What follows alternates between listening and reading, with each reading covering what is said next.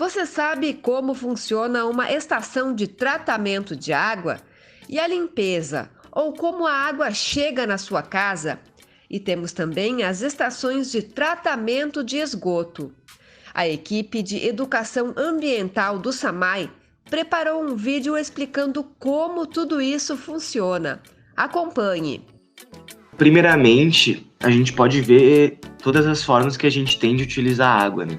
Então ela é muito importante na agricultura, na pecuária, no transporte, né, nas navegações, no desenvolvimento científico, no nosso próprio consumo, na recreação, no habitat de muitos animais e na construção civil. Como vocês podem ver ali nessa foto, é uma foto de uma usina hidrelétrica, ela pode ser usada como geração de energia também. Então ela tem uma importância muito grande socialmente, economicamente e principalmente ecologicamente. O corpo ele é formado de 70% de água. Essa água ela está distribuída nas nossas células, nos nossos órgãos, no sangue, nos ossos, nos músculos. Então ela se torna de extrema importância para a nossa sobrevivência humana. Aqui a gente traz um exemplo do que aconteceria se a gente ficasse até 5 dias sem beber água. Nesse primeiro dia, então, a saliva ela engrossa, a gente perde a frequência de ir no banheiro e a urina ela fica com uma cor e odor bem forte. No segundo e no terceiro dia, a urina ela quase cessa, a gente quase não vai no banheiro. A mucosa do nariz e da boca ela fica bastante seca, pode até ter rachaduras. Os olhos fundos e os batimentos cardíacos acelerados. No terceiro dia em diante, então, o nosso corpo ele vai começar a entrar num processo como se a gente estivesse intoxicado. A urina ela vai se cessar, vai se ter uma perda temporária ou completa da sensibilidade dos movimentos, cansaço, né, devido à baixa oxigenação, e também vômito e diarreia. E no quinto dia, o corpo da pessoa já vai estar bastante debilitado. Nessa fase, então, se deve ter o mais rápido possível atendimento médico, porque é uma fase que a pessoa já está no fim da vida. Então, a gente vê que o quão a água é importante, né? Em 2 dias, a gente já, sem água, já tem processos no nosso corpo em que a gente já fica bastante debilitado. Isso porque, então, a água ela é muito importante para o nosso organismo, por vários processos fisiológicos do nosso corpo, no transporte de substâncias, tanto pelo sangue, quanto célula com célula, na eliminação de substâncias, então, através da urina, né, a gente elimina as substâncias que a gente não precisa, na regulação da nossa temperatura corporal, então, quando a gente está fazendo um exercício físico, a gente soa, esse suor é a água saindo do nosso corpo, e com a água, então, ela leva um pouco da temperatura junto, então a gente consegue regular nossa temperatura a partir disso. Também para hidratação e importante para todo o nosso funcionamento interno. E a gente também traz aqui o quanto que será que a gente deve consumir de água por dia, como que a gente sabe? Então a gente traz um cálculo para saber a quantidade ideal, que é multiplicar o valor do peso corporal por 35 ml. Uma pessoa que tem 60 quilos, ela multiplica por 35 ml, logo ela tem que beber 2,100 litros de água por dia. Aqui a gente tem a distribuição de água no nosso planeta Terra, deveria ser chamado de planeta d'água, porque ele é constituído de 70% de água e só 30% de massa continental. Desses 70% de água, 97,5% é água salgada, que é os oceanos e mares, e só 2,5% é água doce. Essa água doce, 69,8% dela está contido nas calotas polares, congelada, 29% é água subterrânea em lençol freático e bacias hidrográficas, 0,9% é contido no nosso corpo, em plantas, no corpo dos animais, e só 0,3%, então uma quantidade bem pequenininha, ela é água superficial, que está em rios, lagos, que é o que a gente tem o maior acesso. Então aqui a gente vê a utilização da água. Por exemplo, aqui a gente tem uma relação entre agricultura, indústria e consumo. A gente pode ver que a imensa parte do consumo da água vai para a agricultura.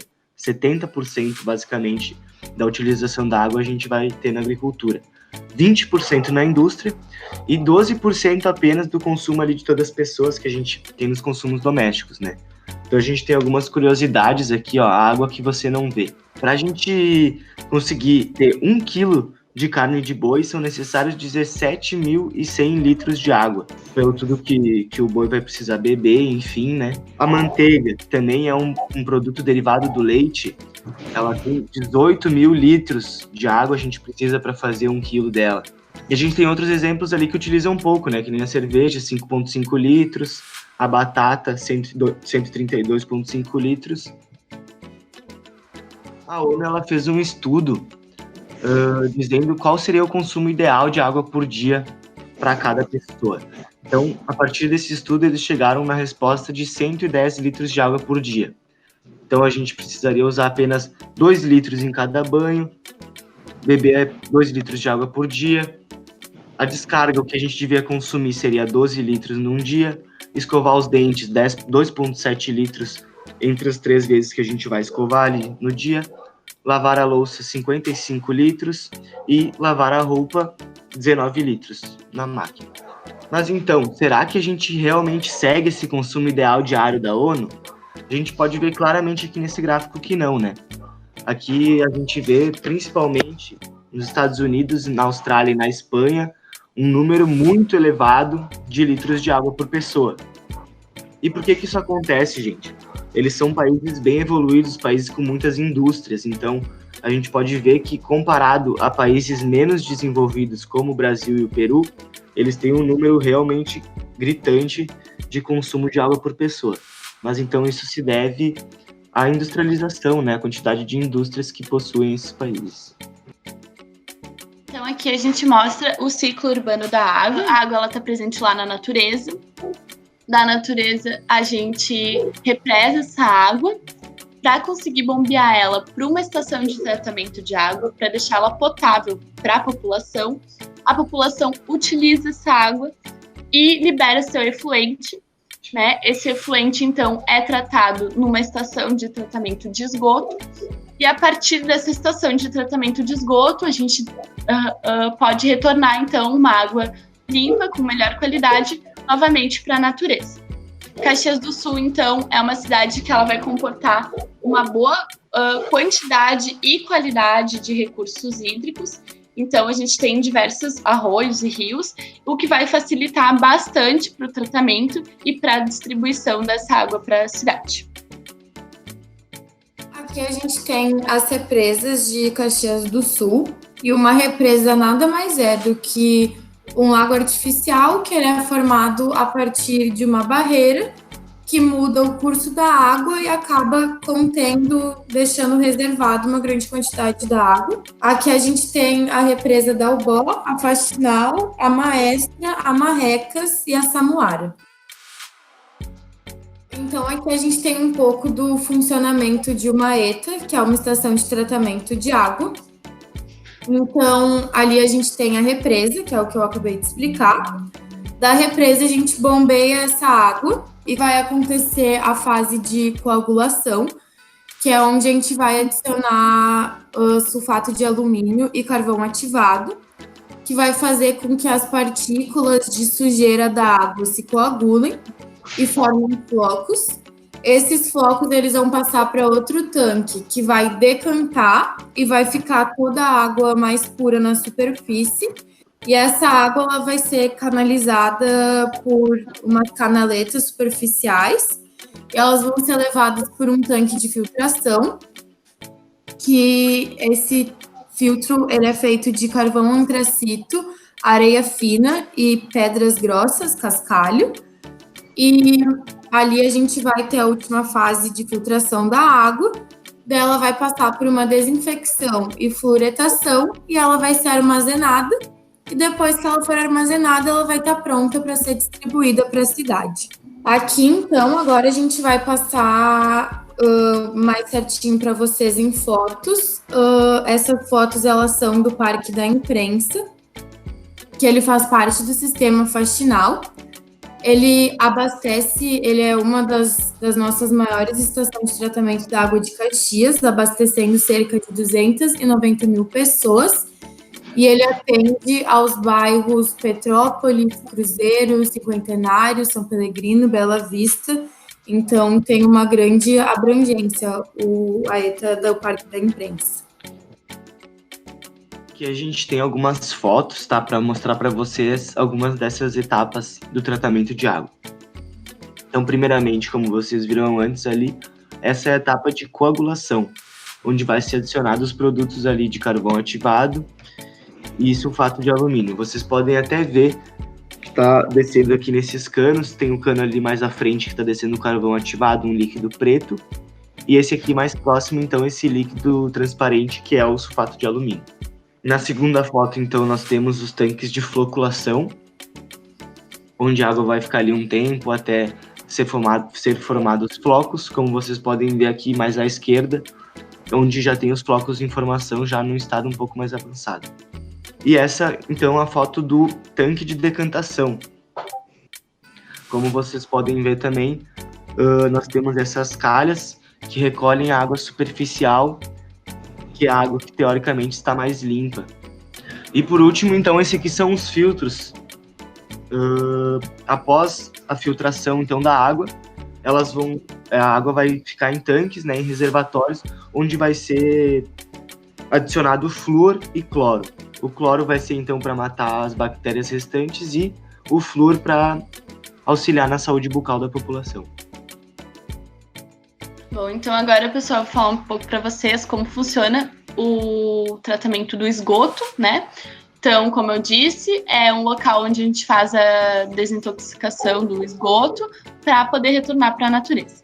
Então, a gente tem lá o efluente que chega da cidade, vai passar por um processo mecânico que é o gradeamento e mais algumas outras etapas que a gente também não tem foto, mas eu vou explicar para vocês. O reator anaeróbico, o reator aeróbico ou a filtração, que aqui mostra no esquema. Depois um processo de decantação e a desinfecção. E depois pode retornar para o arroio ou para o rio. As fotos que a gente vai mostrar para vocês é da Estação Pinhal. Ela foi construída em 2014, é uma estação bem nova aqui de Caxias. E ela é o segundo maior sistema do município. Ela vai beneficiar mais ou menos 130 mil caxienses da região sul da cidade. E ela pode tratar até 240 litros por segundo. Mas, como eu disse, ela é uma estação bem nova e a gente não utiliza ela em sua potência máxima ainda.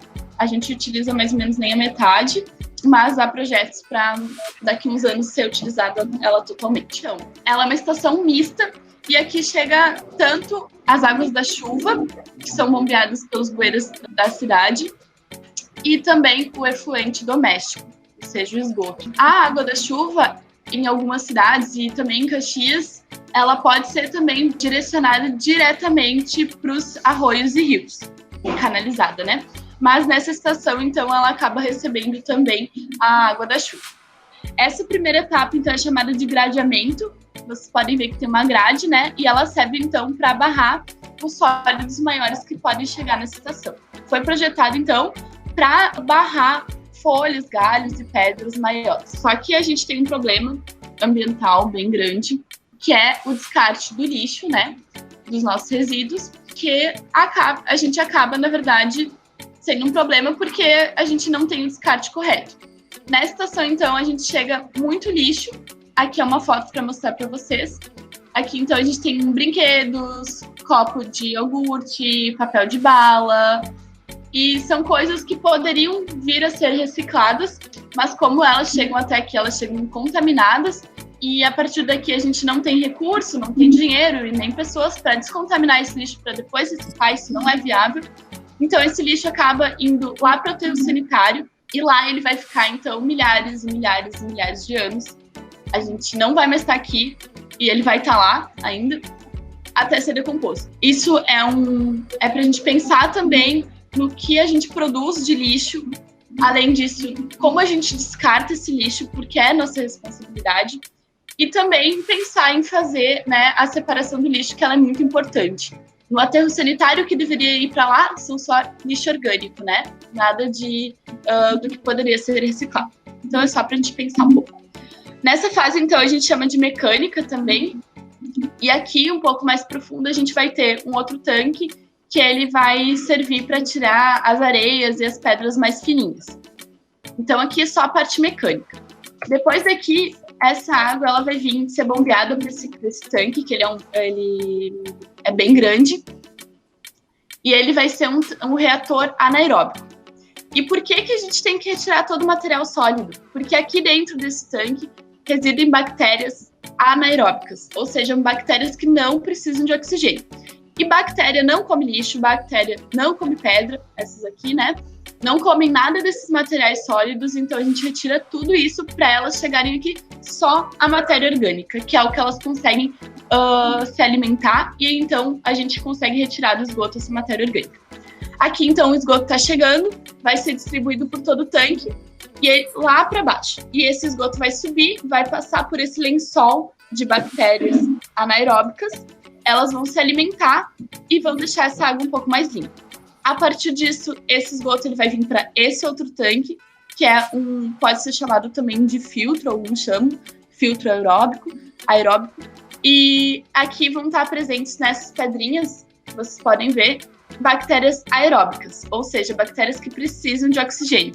Então, além do tanque estar aberto, a gente está injetando por esses canos de ferro oxigênio. E aí a gente está conseguindo produzir um ambiente para essas bactérias conseguirem sobreviver e ajudar a gente tratando o esgoto. Então, o esgoto vai chegar ali, elas vão se alimentar, ele vai ficar passando por essas pedras, elas se alimentam, e aí a gente tem a parte biológica do tratamento, que é essa. Essa espuma que vocês estão vendo, ela reaparece aqui quando a gente agita a água, porque nas nossas casas a gente utiliza muitos produtos químicos. E esses produtos químicos, como sabão, shampoo, eles produzem essa espuma. E essa espuma, ela fica presente na água, por mais que a gente não veja. Então, aqui ela reaparece porque ela é agitada. E isso também é um problema que a gente tem. Então, aqui é outra dica que a gente dá para vocês, que é, sempre que possível, utilizar produtos biodegradáveis. Ou seja, produtos que não vão gerar espuma, né? Que essa espuma pode ser quebrada em água e ela não vai ficar, esses produtos químicos não vão ficar reaparecendo aqui. E aqui é a última etapa, então, que é a parte química do tratamento. E aqui a gente também tem um processo de decantação acontecendo, que nem lá no tratamento de água. A gente coloca duas substâncias aqui, o cloreto férrico e o ácido peracético. E eles vão servir para decantar algumas substâncias e para matar esta flora de micro-organismos presentes no esgoto, que a gente não pode jogar todos esses micro-organismos lá na água, senão a gente vai ter floração de algas, vamos ter vários processos que degradam o meio ambiente. E aí a gente consegue liberar, então, uma água de melhor qualidade, mais limpa, mas não potável, então não dá para beber essa água. Mas a gente não vai ter um impacto ambiental lá no arroio e no rio, né? Então, esse é o processo que a gente tem de tratamento, essa é a importância, né, para a gente não degradar o meio ambiente, não ter doenças que podem nos contaminar também nos rios e arroios. Evitar banhos demorados, não utilizar o vaso sanitário como lixeira, fechar a torneira ao escovar os dentes, fazer a barba enquanto ensaboa a louça, não usar a mangueira para molhar plantas, lavar calçados e carros, dando sempre preferência para vassoura, balde, respectivamente. Usar a máquina de lavar roupa sempre na capacidade máxima e sempre que der reutilizar a água. E ficar atento ao vazamento em pias, chuveiros, vasos sanitários e canos. E também, sempre que possível, entrar em contato com o SAMAI quando vê esses vazamentos em canos de rua. E também, uma dica mais para quem tem piscina, mais para o verão, que é cobrir a piscina para evitar a evaporação da água e não ter que ficar toda hora reenchendo ela. Então, é isso, pessoal. A gente agradece a atenção de vocês e a gente espera que esse material seja bastante proveitoso no aprendizado de vocês. Muito obrigada. Muito obrigada. Muito obrigado pela atenção, gente. Tchau, tchau.